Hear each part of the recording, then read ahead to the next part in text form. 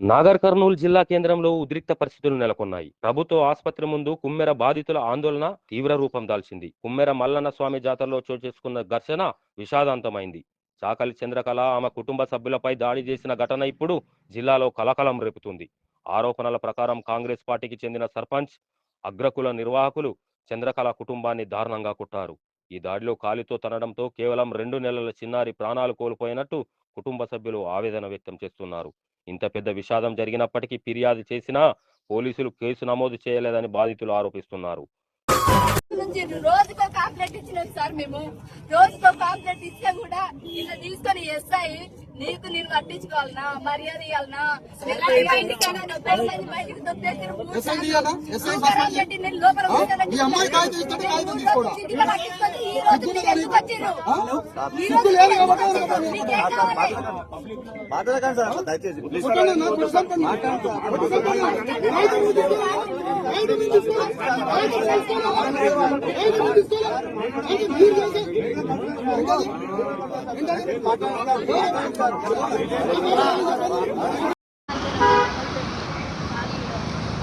మహిళలు, చిన్న పిల్ల 2 నెలల పాపని మన వీళ్ళందరైనా మన కన్న తల్లులమే. ఎవరైతే అంతమంది ఉన్నారో అక్కడ ఎక్కిపోయినారు. ఇది చాలా జరగటం అన్యాయం చాలా. ఎందుకంటే ఆ కన్న తల్లి ఎంత బాధపడ్డదో మా కన్న తల్లులకు తెలుసు.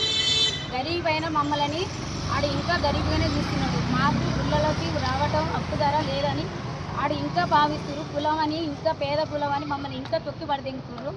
మమ్మల్ని అనరాని కుటుంబాలు, వీళ్ళు ముట్టరానోళ్ళు అని ఎస్సీలు, ఎస్టీలు వీళ్ళందరినీ పేరు పెట్టి అంటుండ్రు. అక్కడ ఎవరైతే ఉన్నారో అని కఠినంగా శిక్షించాలని మేము ఆడవాళ్ళం మేము కోరుకుంటున్నాం, చాలా డిమాండ్ చేస్తున్నాం.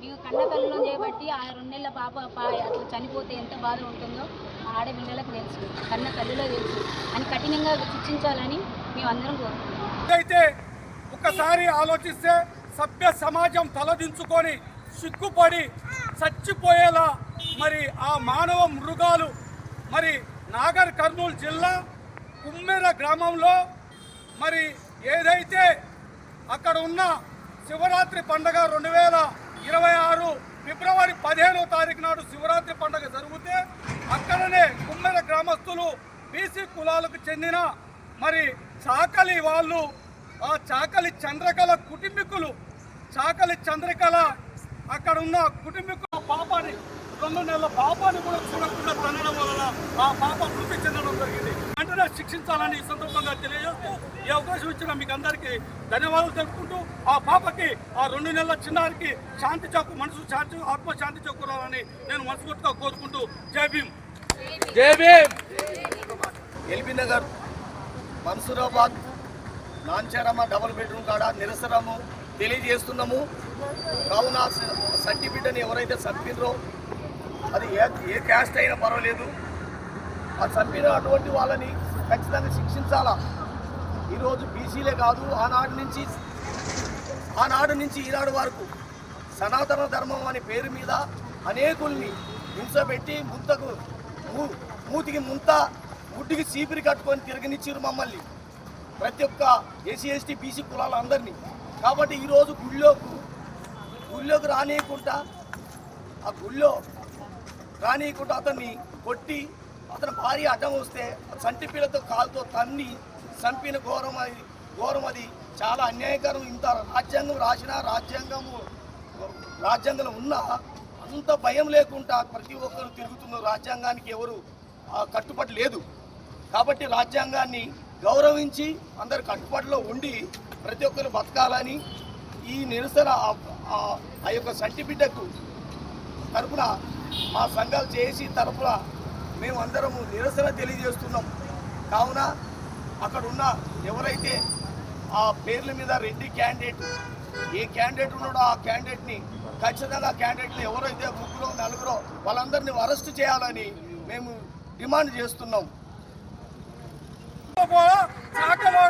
మీరు మమ్మల్ని వచ్చి ప్రశ్నిస్తారా, మేము రెడ్డిలమని చెప్పి కులాహంకారంతో ఆ గుడి మాదని ఆ అహంకారంతో ఆ కుటుంబకుల్ని, ఆ చాకలి కుటుంబకుల్ని ఏదైతే ఆ గుడిలో కొబ్బరికాయలు నిల్వ చేసే ఆ గుడిలో ఆ కొబ్బరికాయలు చేసే స్టోర్ రూమ్లో విచక్షరహితంగా ఆ చంద్రకళని అతని కుమారుడు గణేష్ని ఆమె ప్రేమించి పెళ్లి చేసుకున్న ఆ అమ్మాయిని మరి అదే విధంగా చంద్రకళ కూతుర్ని విచక్షరహితంగా కాళ్ళతో తంతు పిడిగుద్దులతో గుద్దుతూ నానా బూతులు తిడుతూ చాకల ముండా అని దుర్భాషలు ఆడుతూ వాళ్ళని తిడుతున్న క్రమంలో నా కొడుకును కొట్టొద్దని చంద్రకళ కాళ్ళ వేళ పట్టుకుంటే అప్పుడే పుట్టిన 2 నెలల పసికందుని నా తండ్రిని కొట్టొద్దు, నా కొడుకుని కొట్టొద్దని నా భర్తను కొట్టొద్దని చెప్పి ఆ ఏదైతే నరసింహారెడ్డి సర్పంచ్ ఎక్కడే ఉన్నాడు, మరి ఓట్లేసి ఎన్నుకున్న ఆ సర్పంచ్ మరి కళ్ళుండి గుడ్డోడైపోయిండో లేకపోతే ఆ భారతంలో ఉన్న ధృతరాష్ట్ర పాలన లెక్క ఇప్పుడున్న పాలన జరుగుతుందో తెలియదు. కానీ మరి ఆ తుకారం రెడ్డి కూడా మరి చెవులు మూసుకొని కళ్ళు మూసుకొని గుడ్డి వల్ల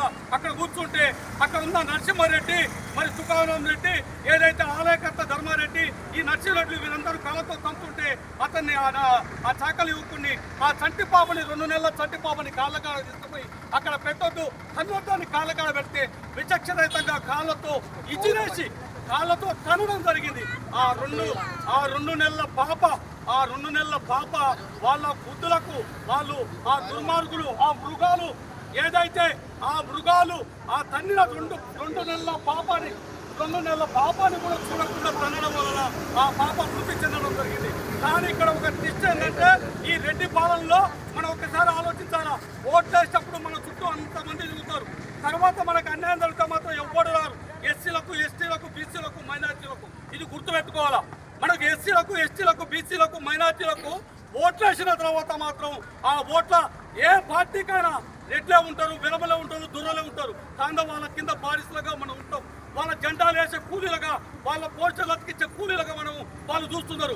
మరి దీనికి ఉదాహరణే ఇక్కడున్న కుమ్మెర గ్రామ సర్పంచి అక్కడున్న రెడ్డి వర్గం.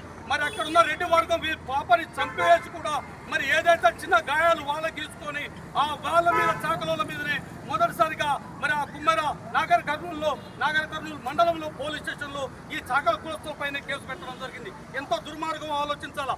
వెంటనే సోషల్ మీడియా పుణ్యమాని మరి ఏదైతే మరి విషాదర్ మహారాజు గారు, తీన్మార్ మల్లన్న, అనేక మంది ఎంఆర్పిఎస్లు, అదేవిధంగా దళిత గిరిజన సోదరులు వెంటనే ఆ గ్రామానికి చేరుకొని జరిగిన సంఘటనని సోషల్ మీడియాగా మొత్తం ప్రచారం చేయడం జరిగింది. అక్కడ ఒక్కసారి మనం ఆలోచించుకుంటే ఇక్కడ ఇంకో పెద్ద ట్విస్ట్ ఏంటంటే ఇక్కడ మరి ఏదైతే బీసీ కులస్తులు ఆ పాప చనిపోయిందని లబో దిబో అని మొత్తుకుంటున్న కనికరం లేని కాకి వ్యవస్థ, కాకి పోలీసులు, సిఐ అయితేంది, ఎస్ఐ అయితేంది, డిఎస్పీ అయితేంది కనికరం లేకుండా మరి వీళ్ళ మీదనే చాకుల మీద కేసులు పెట్టి అటెంప్ట్ మర్డర్ కేసు పెట్టడం జరిగింది. వెంటనే విషాదానంద మహారాజు గారు, అదేవిధంగా మరి తీర్మార్ మల్లన్న అక్కడ కాకి కులస్తులతోటి ఆ కాకి రక్కసులతోటి బాధ్యులకు అండగా ఉంచవలసిన ఈ కాకి ఎస్ఐని సిఐల్ని మరి వాళ్ళని వెంటనే అక్కడ ఆ నాగర్ కర్నూలులో ధర్నా నిర్వహించి వారి 8 మంది మీద ఎస్సీ ఎస్టీ అట్రాసిటీ కేసు, అదేవిధంగా తర్వాత ఏది వీళ్ళు బీసీ కానీ అమ్మాయి మాత్రం దళిత ఈ మాది కులానికి చెందిన ఆ చాకలపై ప్రేమించి పెళ్లి చేసుకోవడం వల్ల వాళ్ళకు ఎస్సీ ఎస్టీ కేసు పెట్టాలా, అదేవిధంగా మర్డర్ కేసు పెట్టాలని మరి తీన్మార్ మల్లన్న అయితేంది, షావు మహారాజు అయితేంది, మరి ఎంఆర్పిఎస్లు, దళిత సంఘాలు, గిరిజన సంఘాలు, ఎక్కల సంఘం అందరూ